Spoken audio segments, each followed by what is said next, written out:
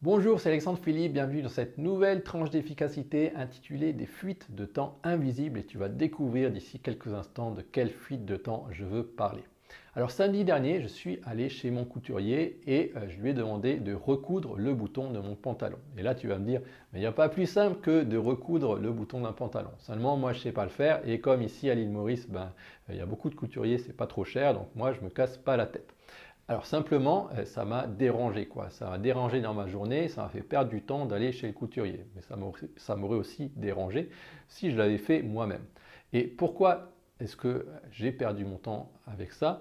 Parce que simplement mon pantalon était de mauvaise qualité. Si j'avais choisi un pantalon de bonne qualité, à ce moment-là, il ne se serait pas décousu aussi facilement et donc je n'aurais pas dû aller chez le couturier ou le coudre moi-même. Du coup, ça c'est un coût de maintenance en fait que j'aurais pas eu avec un produit de bonne qualité. Et ça va être pareil avec beaucoup de produits qu'on achète dans notre quotidien. Par exemple, si tu achètes une paire de tennis à 50 euros, peut-être que tu vas te dire, ok, 50 euros, c'est un bon prix pour une paire de tennis parce que les paires de tennis de marque, elles sont à 100 euros. Mais n'empêche, tu vas seulement savoir si c'est un bon investissement si à la longue, quoi. Si au bout d'un an, tu te rends compte que la paire de chaussures, elle est naze, alors que la paire de chaussures de marque, c'est au bout de 3 mois c'est au bout de 3 ans, pardon, que tu dois la changer. À ce moment-là, imagine, au bout de 3 ans, tu auras utilisé 3 paires de chaussures à 50 euros et donc tu auras payé 150 euros, alors que si tu avais acheté la paire de chaussures de marque, à ce moment-là, tu aurais payé seulement 100 euros. Donc il y a déjà un coût pécunier. Après, il va y avoir aussi un coût psychologique parce que le jour où la semelle commence à se détacher, déjà, ça ne sera pas agréable. Peut-être que tu seras ronchon de mauvaise humeur ce jour-là parce que tu auras l'impression que tout le monde te regarde.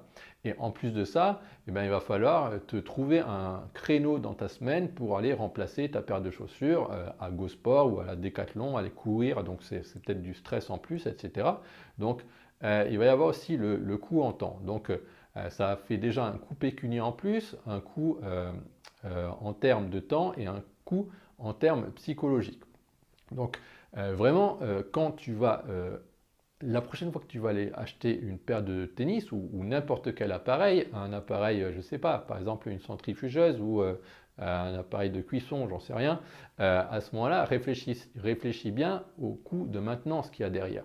Donc, tu sais, quand tu achètes des produits, tu vas souvent avoir l'écotaxe. Donc l'écotaxe, c'est donné au gouvernement, c'est censé permettre de mieux recycler, etc. Mais ça, c'est le gouvernement qui va le faire. Mais par contre, s'il y a de la maintenance à faire sur cet appareil, c'est toi-même qui va le faire. Donc il faut t'imaginer comme s'il y avait une taxe de maintenance dessus où ça va prendre ton temps et comme ton temps c'est de l'argent, donc du coup ça va faire augmenter le prix de l'appareil que tu es en train de payer. Et donc du coup, voilà, il va falloir prendre, il va falloir machinalement, mentalement, à chaque fois que tu achètes quelque chose, réfléchir à ce coût-là, ce qui va te permettre d'éviter cette fuite de temps invisible. Après, on peut aller réfléchir plus loin là-dessus. Il peut y avoir aussi dans des engagements que tu prends au jour le jour avec les gens qui t'entourent, euh, des, des, euh, des, des estimations de temps qui sont incorrectes. Par exemple, ton ami te dit, allez, on va se motiver, à partir d'aujourd'hui, tu viens avec moi, on fait 20 minutes de sport chaque jour. Donc du coup, peut-être tu vas te dire, ok, 20 minutes, c'est pas beaucoup, ouais, c'est vrai, ok, allez, on y va. Mais n'empêche qu'il n'y a pas que ça. Il y a aussi le temps de trajet pour aller jusqu'à la salle de sport. Il y a aussi le temps de préparation du sac de sport. Il y a aussi le temps de nettoyage des affaires le week-end. Et tout ça, ben, on va pas forcément se rendre compte quand on va accepter l'engagement qu'il y a tout ça. Et donc, du coup, on va sous-estimer. Alors là, c'est pour la bonne cause parce que c'est pour le sport, mais imagine un engagement un peu, entre guillemets, chiant comme par exemple, je sais pas moi, la politique c'est des trucs que j'aime pas trop. Donc admettons, voilà, aller au conseil municipal ou ce genre de truc, hein, ou la réunion du syndic, j'en sais rien. Et alors ça peut être une obligation, peut-être que tu es obligé de le faire, donc là à ce moment-là tu n'as pas le choix, mais ça peut être aussi quelque chose optionnel, ou alors que les gens essayent de te faire dire oui. Et du coup, si tu as l'impression que ça prend pas trop de temps, tu vas peut-être accepter cet engagement. Alors que tu ne vas pas te rendre compte que derrière, il y a peut-être des documents à lire entre chaque réunion, peut-être qu'il va falloir faire des repas avec les personnes qui sont dans la réunion. Alors peut-être que c'est sympa, hein, mais n'empêche que ça va te prendre du temps en plus sur d'autres activités plus intéressantes que tu aurais pu faire ou passer du temps avec des gens qui sont vraiment chers à tes yeux. Et donc il va falloir réfléchir à tout ce coût de maintenance additionnel à chaque fois que à chaque fois que tu acceptes un engagement en temps. Et ce qui n'est pas forcément facile parce qu'il y a aussi la pression, la pression des pairs, c'est-à-dire la pression des personnes qui sont autour de nous, qui vont essayer un petit peu de nous forcer la main. Et pour te faire rendre compte de toutes ces pertes de temps, moi je te propose une rencontre ce mardi où on va vraiment mettre les choses à plat et on va regarder le contenu de tes journées et on va te faire regagner finalement du temps qui fuite un petit peu partout et on va le rediriger vers ce que tu as vraiment envie de faire. C'est-à-dire le temps que tu veux. Peut-être que tu n'as pas une seule minute dans ta journée pour réfléchir à ton futur, pour réfléchir à toi, pour souffler un peu, ou bien pour gâter les gens qui t'entourent, des personnes avec qui tu n'es pas suffisamment présente. Et donc du coup, l'objectif, ça va être ça, c'est de devenir vraiment maître de tes journées et de dépenser ton temps vraiment de façon cohérente par rapport à tes priorités. Et donc, on va commencer à calculer ta dette de temps. Et ta dette de temps, c'est la différence entre ce que tu arrives à faire dans tes journées actuellement et ce que tu aimerais faire. Et donc là, on va voir vraiment le temps qu'il va falloir te dégager pour que tu puisses vraiment investir le temps comme tu veux.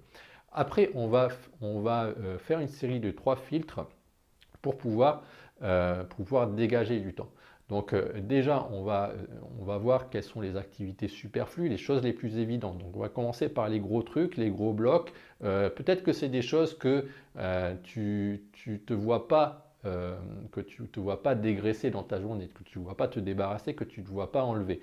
Mais n'empêche que si tu en parles dans la rencontre à moi, aux différents participants, tu vas plus facilement te rendre compte que cet engagement, il n'est pas c'est pas si évident que c'est quelque chose que tu dois absolument faire. Peut-être que ce n'est pas quelque chose si obligatoire que ça, et surtout si c'est quelque chose qui te ronge, qui te gave, je sais pas, que tu n'as vraiment pas envie de faire, qu'à chaque fois tu te forces à faire. Et peut-être que finalement, ce n'est pas une obligation que tu dois vraiment te forcer à faire. Alors, je donne juste un exemple là-dessus, hein, mais souvent, prendre du recul et puis avoir l'avis d'autres personnes, ça te permet aussi d'avoir un différent angle de vue là-dessus. Après, on va regarder, on va faire des choix stratégiques par rapport à certaines activités que tu vas avoir. Donc ça va être beaucoup par rapport à tes priorités, tes valeurs dans la vie. Qu'est-ce qui compte vraiment dans ta vie? Et donc là, il va y avoir des choix. La dernière fois, je parlais de choix cornéliens, mais ce n'est pas forcément des choix cornéliens hein, parce que ça va vraiment dépendre de tes valeurs et de tes priorités. Et ensuite, on va faire un troisième filtre qui va être un filtre vraiment minutieux. Et là, ce ne sera pas forcément enlever des choses, mais ça sera peut-être les réagencer ou bien jouer avec les synergies entre les différentes activités que tu as. Et là, donc on va vraiment pouvoir faire en sorte que ta journée soit optimale, le plus optimale possible. Et à ce moment-là, on aura dégagé ton budget temps de référence. Et ton budget temps de référence, ce n'est pas quelque chose pour faire beau, c'est quelque chose que tu vas vraiment devoir appliquer. Et donc, on va voir ensemble, je vais t'expliquer comment faire en sorte que chaque jour, tu suives vraiment ce budget temps pour que d'ici quelques jours, tu t'es pas rechargé la mule avec plein d'engagements nouveaux que en fait, tu n'as pas forcément envie de faire. D'accord? Donc il y aura ça. Et puis il y aura aussi un bonus avec 5 astuces avancées pour te libérer du temps immédiatement. Admettons que tu es, alors j'avais pris l'exemple de la thèse, admettons que tu dois rendre une thèse dans 3 jours et tu dois te libérer absolument plein de temps pour terminer ta thèse.